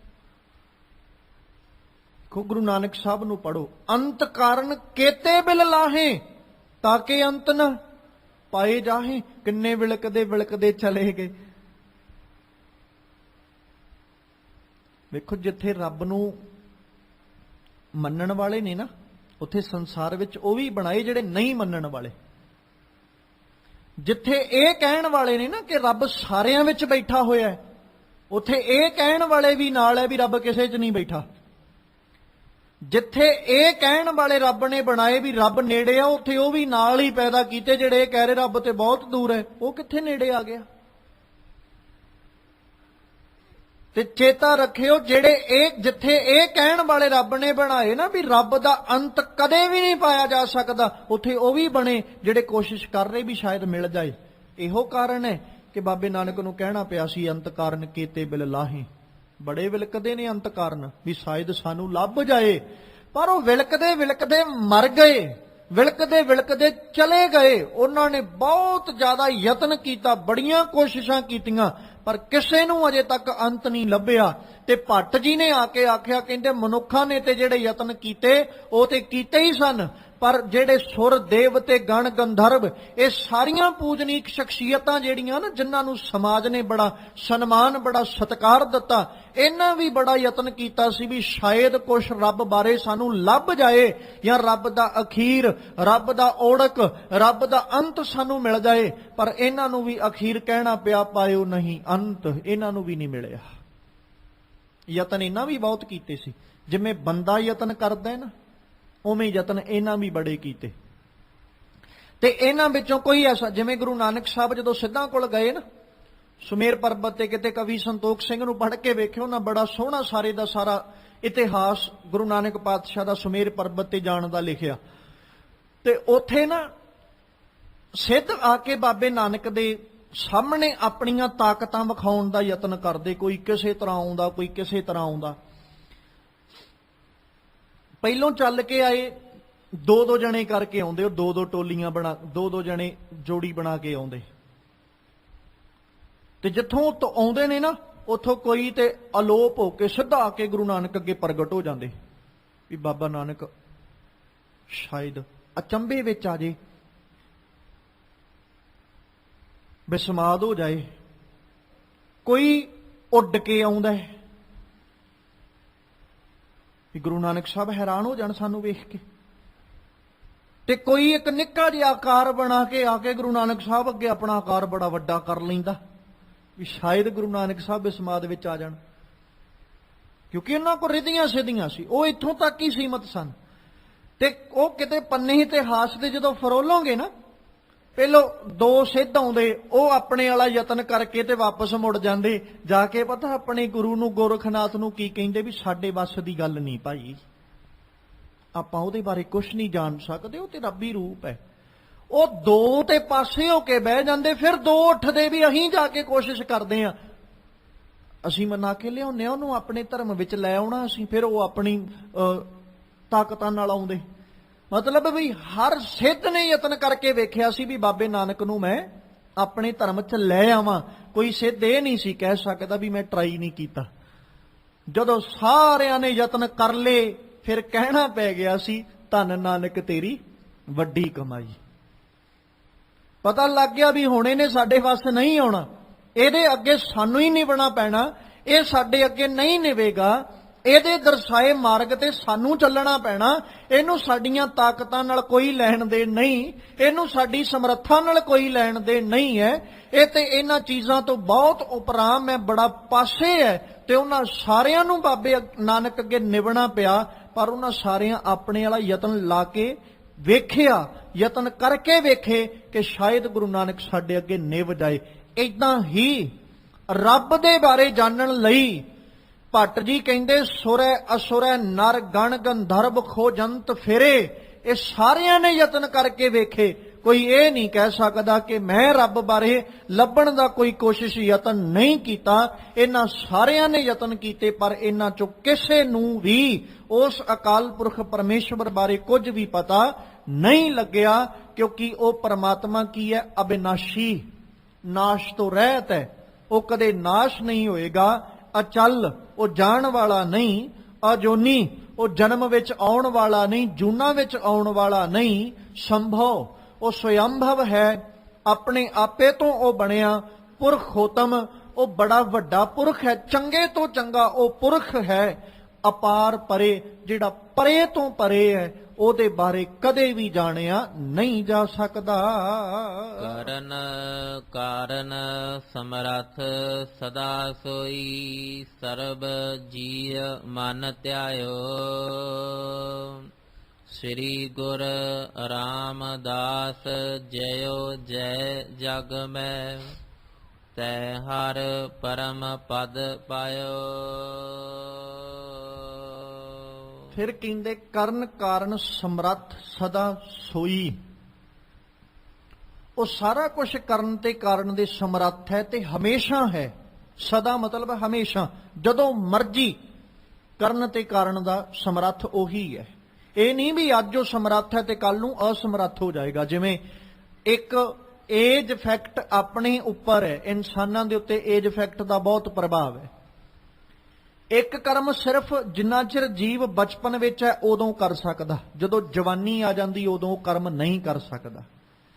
ਫਿਰ ਜਿਹੜੇ ਕਰਮ ਉਹ ਜਵਾਨੀ 'ਚ ਕਰ ਸਕਦਾ ਹੈ ਉਹ ਬਚਪਨ ਵਿੱਚ ਵੀ ਨਹੀਂ ਕਰ ਸਕਦਾ ਤੇ ਬੁਢੇਪੇ ਵਿੱਚ ਵੀ ਨਹੀਂ ਕਰ ਸਕਦਾ। ਹੁਣ ਜਿਹੜੇ ਕਰਮ ਆ ਕੇ ਉਹਨੇ ਬੁਢੇਪੇ ਵਿੱਚ ਕਰ ਲੈਣੇ ਨੇ, ਨਾ ਉਹ ਤੋਂ ਜਵਾਨੀ 'ਚ ਹੋਣੇ ਤੇ ਨਾ ਬਚਪਨ ਵਿੱਚ ਹੋਣੇ। ਹਰ ਚੀਜ਼ ਦਾ ਕੋਈ ਨਾ ਕੋਈ ਸਮਾਂ।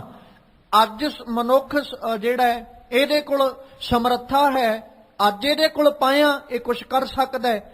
ਹੋ ਸਕਦਾ ਕੱਲ ਨੂੰ ਇਹਦੇ ਕੋਲੋਂ ਪਾਇਆ ਮੁੱਕ, ਜਿਵੇਂ ਅੱਜ ਆਪਣੇ ਦੋਵਾਂ ਹੱਥਾਂ ਦੇ ਨਾਲ ਕੋਈ ਪਦਾਰਥ ਚੁੱਕ ਸਕਦਾ, ਅੱਜ ਸਮਰੱਥ ਹੈ, ਰੱਬ ਨੇ ਦੋਵੇਂ ਹੱਥ ਸਲਾਮਤ ਦਿੱਤੇ।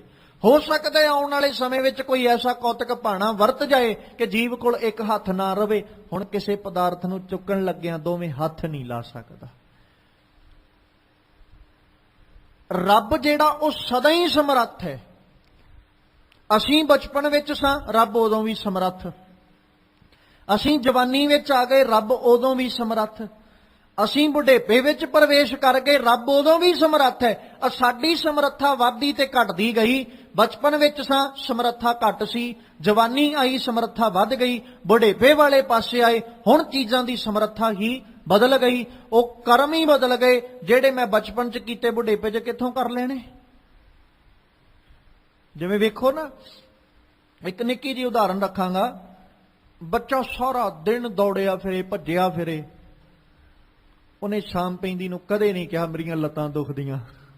ਉਹ ਸਾਰਾ ਦਿਨ ਹੀ ਭੱਜਿਆ ਫਿਰਦਾ। ਜਵਾਨੀ ਆਉਂਦੀ ਹੈ, ਥੋੜਾ ਥੋੜਾ ਮਹਿਸੂਸ ਹੋਣ ਲੱਗ ਜਾਂਦਾ ਵੀ ਹੁਣ ਲੱਤਾਂ ਦੁਖਦੀਆਂ, ਤੇ ਜਦੋਂ ਬੁਢੇਪਾ ਆਉਂਦਾ ਹੁਣ ਤੇ ਕਹਿੰਦਾ ਤੁਰਿਆ ਨਹੀਂ ਜਾਂਦਾ, ਦੌੜਨਾ ਤੇ ਬੜੀ ਦੂਰ ਦੀ ਗੱਲ ਹੈ। ਸਮਰੱਥਾ ਘਟਦੀ ਗਈ। ਬਚਪਨ ਵਿੱਚ ਕੋਈ ਅਹਿਸਾਸ ਨਹੀਂ ਹੋਇਆ, ਕਿਹੜਾ ਦਰਦ ਕਿਹੜੀ ਤਕਲੀਫ ਨਹੀਂ ਪਤਾ। ਪਰ ਰੱਬ ਸਦਾ ਹੀ ਸਮਰੱਥ ਹੈ। ਭੱਟ ਜੀ ਕਹਿੰਦੇ ਕਰਨ ਕਾਰਨ ਸਮਰੱਥ ਸਦਾ ਸੋਈ। ਉਹ ਸਮਰੱਥ ਹੈ ਹਮੇਸ਼ਾ ਹੀ। ਸਰਬ ਜੀ ਮਨ ਧਿਆਇਓ, ਤੇ ਸਾਰੇ ਦੇ ਸਾਰੇ ਜੀਵ ਉਸੇ ਨੂੰ ਮਨ ਵਿੱਚ ਅਰਾਧਦੇ ਤੇ ਧਿਆਉਂਦੇ ਨੇ। ਸ਼੍ਰੀ ਗੁਰੂ ਰਾਮਦਾਸ, ਹੇ ਧੰਨ ਗੁਰੂ ਰਾਮਦਾਸ ਪਾਤਸ਼ਾਹ ਜੀ, ਜਯੋ ਜੈ ਜਗ ਮਹਿ, ਤੁਹਾਡੀ ਜੈ ਜੈਕਾਰ ਹੋ ਰਹੀ ਹੈ ਜਗਤ ਅੰਦਰ, ਤੇ ਤੁਹਾਡੀ ਹੀ ਜੈ ਜੈਕਾਰ ਹੈ। ਤੈਂ ਹਰ ਪਰਮ ਪਦ ਪਾਇਓ, ਕਿਉਂਕਿ ਤੁਸੀਂ ਨਾ ਇੱਕ ਬੜਾ ਵੱਡਾ ਪਰਮ ਪਦ ਜਿਹੜਾ ਨਾ ਉਹ ਹਾਸਲ ਕੀਤਾ। ਮਤਲਬ ਤੁਸੀਂ ਇੱਕ ਉੱਚੀ ਅਵਸਥਾ ਜਿਹੜੀ ਨਾ ਉਹਨੂੰ ਹਾਸਲ ਕਰ ਲਿਆ, ਤੇ ਉਹ ਅਵਸਥਾ ਹਾਸਲ ਕੀਤੀ ਜਿਹਨੂੰ ਹਰੀ ਵਾਲੀ ਅਵਸਥਾ, ਪਰਮੇਸ਼ਵਰ ਵਾਲੀ ਅਵਸਥਾ, ਪਰਮੇਸ਼ਵਰ ਵਾਲਾ ਪਦ ਕਹਿੰਦੇ ਨੇ। ਧੰਨ ਗੁਰੂ ਰਾਮਦਾਸ ਪਾਤਸ਼ਾਹ, ਤੁਸੀਂ ਉਹ ਪਦ ਹਾਸਲ ਕੀਤਾ ਜਿਸ ਕਰਕੇ ਸਾਰੇ ਜਗਤ ਵਿੱਚ ਤੁਹਾਡੀ ਜੈ ਜੈਕਾਰ ਹੋ ਰਹੀ ਹੈ। ਸਤਿਗੁਰ ਨਾਨਕ ਭਗਤ ਕਰੀ ਇੱਕ ਮਨ, ਤਨ ਮਨ ਧਨ ਗੋਬਿੰਦ ਦਿਓ।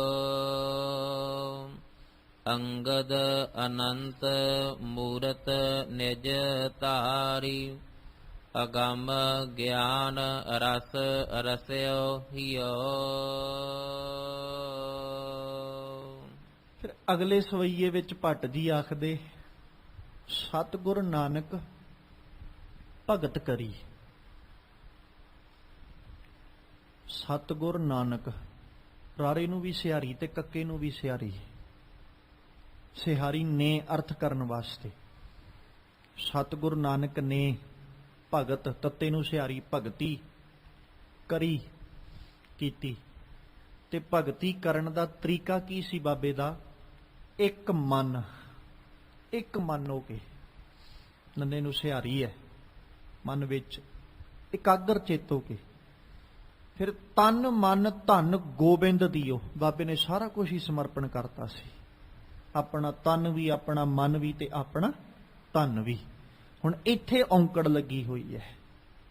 ਤਨ ਦੇ ਨੰਨੇ ਨੂੰ ਔਂਕੜ, ਧਨ ਦੇ ਨੰਨੇ ਨੂੰ ਔਂਕੜ, ਮਨ ਦੇ ਨੰਨੇ ਨੂੰ ਔਂਕੜ। ਗੁਰੂ ਨਾਨਕ ਸਾਹਿਬ ਜੀ, ਤੁਸੀਂ ਭਗਤੀ ਕੀਤੀ ਇੱਕ ਮਨ ਹੋ ਕੇ। ਤੇ ਭਗਤੀ ਕਰਨ ਦਾ ਆ ਨਿਯਮ ਜੇ ਕਿ ਆਪਣਾ ਸਭ ਕੁਝ ਅਰਪਣ ਕਰਕੇ ਭਗਤੀ ਹੁੰਦੀ ਹੈ। ਤੇ ਬਾਬੇ ਨਾਨਕ ਨੇ ਸਭ ਕੁਝ ਸਮਰਪਿਤ ਕੀਤਾ, ਫਿਰ ਭਗਤੀ ਕੀਤੀ।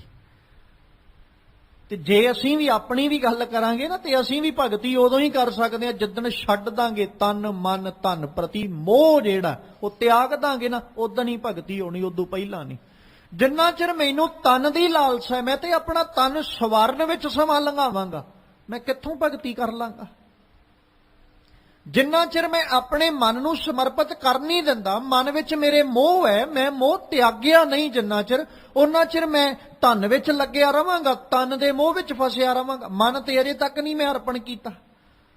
ਤੇ ਜਿੰਨਾ ਚਿਰ ਧਨ ਦਾ ਮੋਹ ਮੈਂ ਤਿਆਗ ਨਹੀਂ ਦਿੰਦਾ, ਲਾਲਸਾ ਧਨ ਪ੍ਰਤੀ ਰੱਖ ਕੇ ਬੈਠਾ, ਤੇ ਫਿਰ ਮੇਰੀ ਲਾਲਸਾ ਧਨ ਪ੍ਰਤੀ ਹੈ, ਉਹ ਮੈਨੂੰ ਭਗਤੀ ਨਹੀਂ ਕਰਨ ਦੇਗੀ। ਉਹ ਕੀ ਕਹੇਗੀ, ਚੱਲ ਉੱਠ ਸੱਜਣਾ, 4 ਪੈਸੇ ਹੀ ਕਮਾ ਲਾ, 4 ਟਕੇ ਕਮਾ ਲਾ ਤੂੰ। ਉਹ ਧਨ ਦੀ ਲਾਲਸਾ ਨੇ ਭਗਤੀ ਨਹੀਂ ਕਰਨ ਦੇਣੀ, ਤਨ ਦੀ ਲਾਲਸਾ ਨੇ ਭਗਤੀ ਨਹੀਂ ਕਰਨ ਦੇਣੀ, ਮਨ ਵਿਚਲੀਆਂ ਲਾਲਸਾਵਾਂ ਨੇ ਭਗਤੀ ਨਹੀਂ ਕਰਨ ਦੇਣੀ। ਬਾਬੇ ਨਾਨਕ ਨੇ ਕੀ ਕੀਤਾ, ਆਪਣਾ ਤਨ ਮਨ ਧਨ ਸਾਰਾ ਅਰਪ ਦਿੱਤਾ।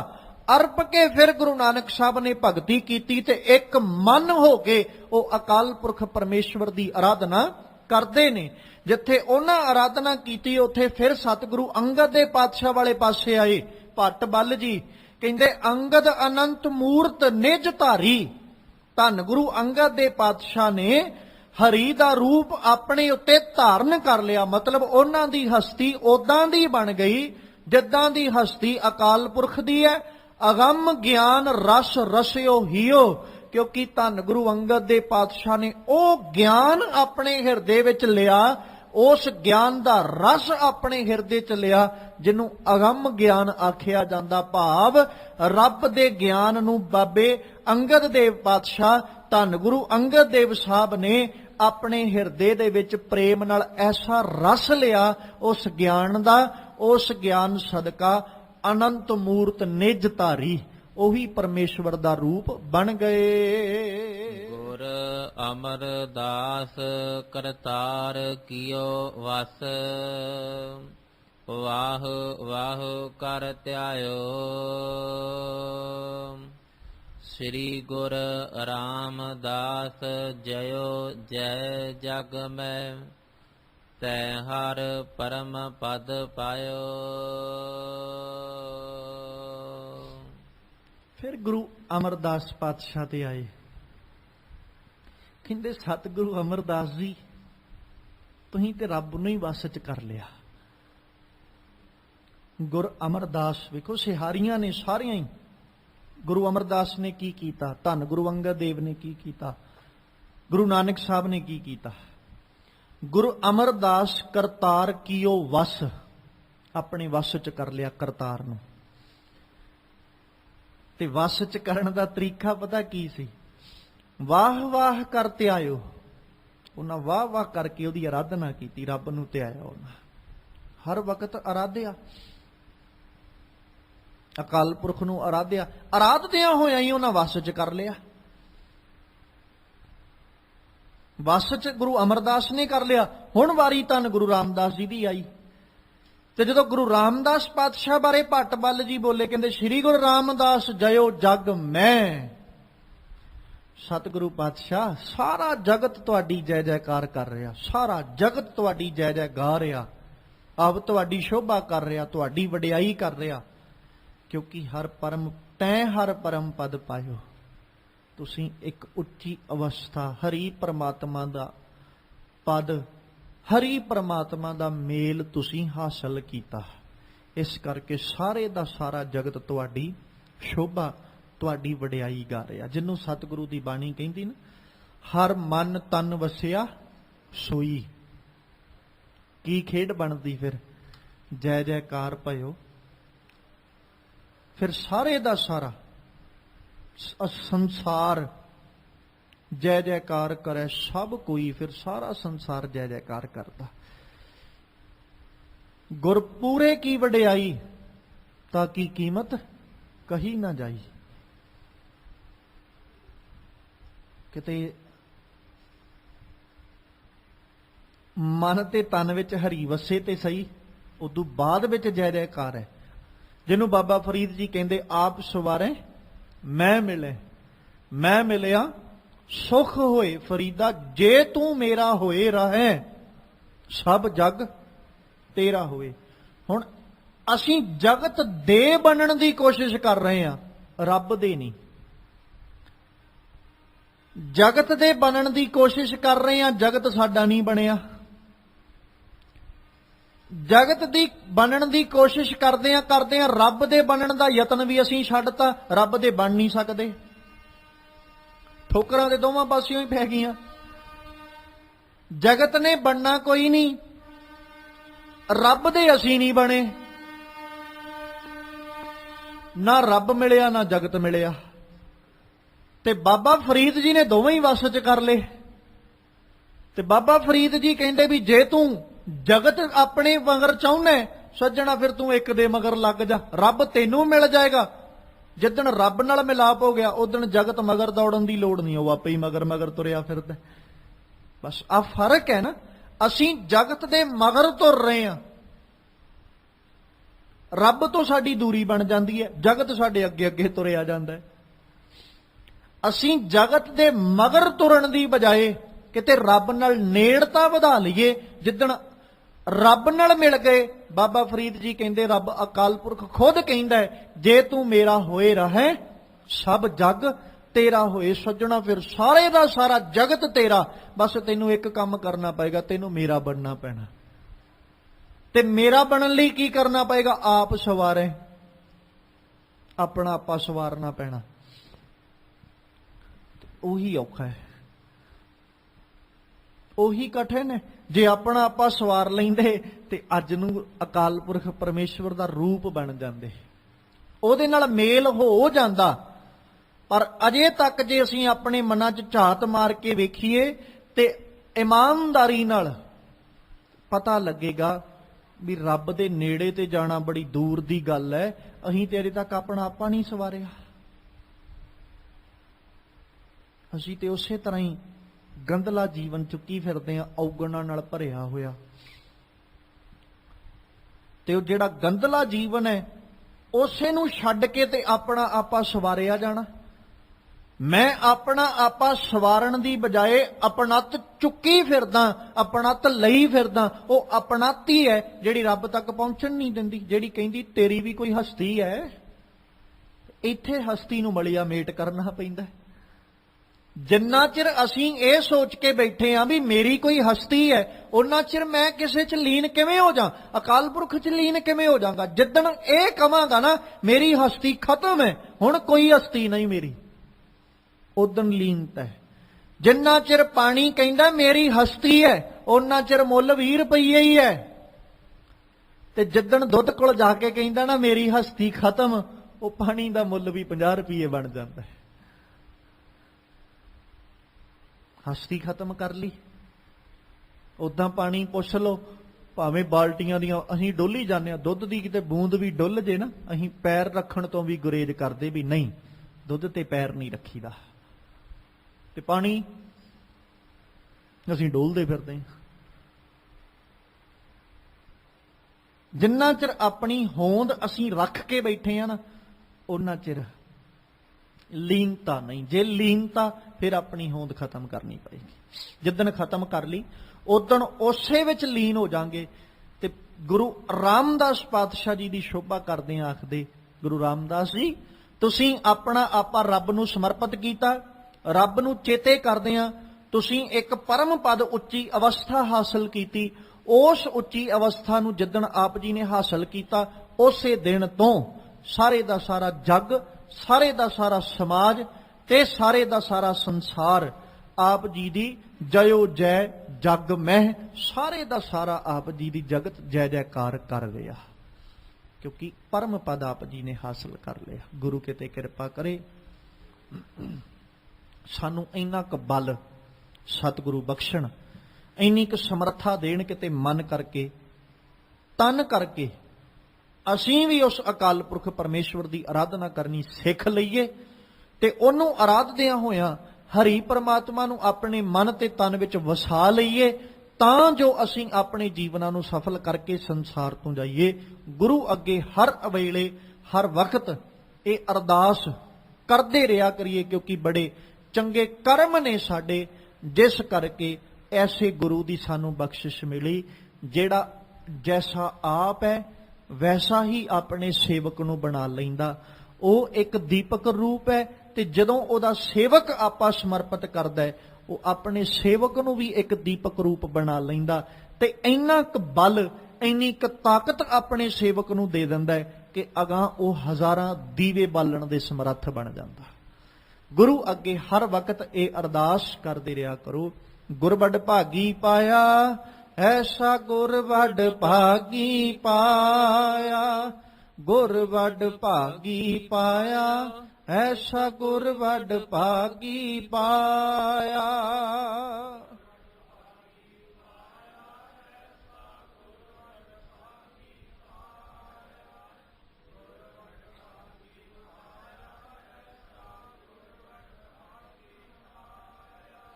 ਗੁਰ ਵੱਡ ਭਾਗੀ ਪਾਇਆ, ਐਸਾ ਗੁਰ ਵੱਡ ਭਾਗੀ ਪਾਇਆ, ਗੁਰ ਵੱਡ ਭਾਗੀ ਪਾਇਆ, ਐਸਾ ਗੁਰ ਵੱਡ ਭਾਗੀ ਪਾਇਆ।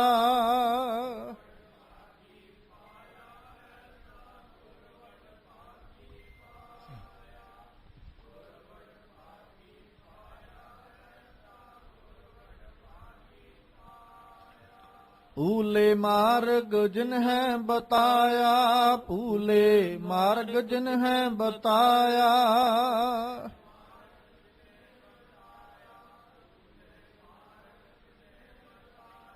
ਭੂਲੇ ਮਾਰਗ ਜਿਨ ਹੈ ਬਤਾਇਆ, ਭੂਲੇ ਮਾਰਗ ਜਿਨ ਹੈ ਬਤਾਇਆ।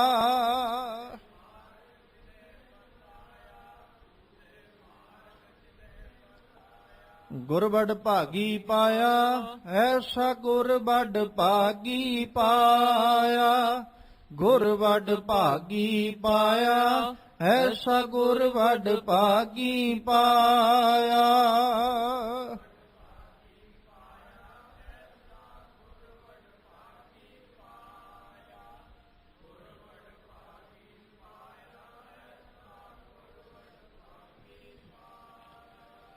ਸਤਿਗੁਰੂ ਪਾਤਸ਼ਾਹ ਰਹਿਮਤਾਂ ਕਰਨ, ਸਾਡੇ ਸਭਨਾਂ ਦੀਆਂ ਹਾਜ਼ਰੀਆਂ ਆਪਣੇ ਦਰ ਤੇ ਪ੍ਰਵਾਨ ਕਰ ਲੈਣ, ਆਪਣੇ ਦਰੋਂ ਘਰੋਂ ਗੁਰਸਿੱਖੀ ਜੀਵਨ ਨਾਮ ਦੀਆਂ ਦਾਤਾਂ ਬਖਸ਼ਿਸ਼ ਕਰਕੇ ਨਿਵਾਜਣ, ਤਾਂ ਜੋ ਸਾਡੇ ਇਹ ਲੋਕ ਸੁਖੀਏ ਪਰਲੋਕ ਸੁਹੇਲੇ, ਨਾਨਕ ਹਰ ਪ੍ਰਭ ਆਪੇ ਮੇਲੇ। ਹੋਈਆਂ ਬੇਅੰਤ ਭੁੱਲਾਂ ਦੀ ਖਿਮਾ ਬਖਸ਼ਣੀ, ਆਓ ਸਤਿਗੁਰਾਂ ਦੇ ਪਾਵਨ ਬਚਨ ਆਪਣੇ ਹਿਰਦਿਆਂ ਵਿੱਚ ਵਸਾ ਲਈਏ। ਅੰਗਦ ਅਨੰਤ ਮੂਰਤ ਨਿਜ ਧਾਰੀ, ਅਗੰਮ ਗਿਆਨ ਰਸ ਰਸਿਓ ਹਿਓ, ਗੁਰ ਅਮਰ ਦਾਸ ਕਰਤਾਰ ਕੀਓ ਵਸ, ਵਾਹੋ ਵਾਹੋ ਕਰ ਧਿਆਇਓ।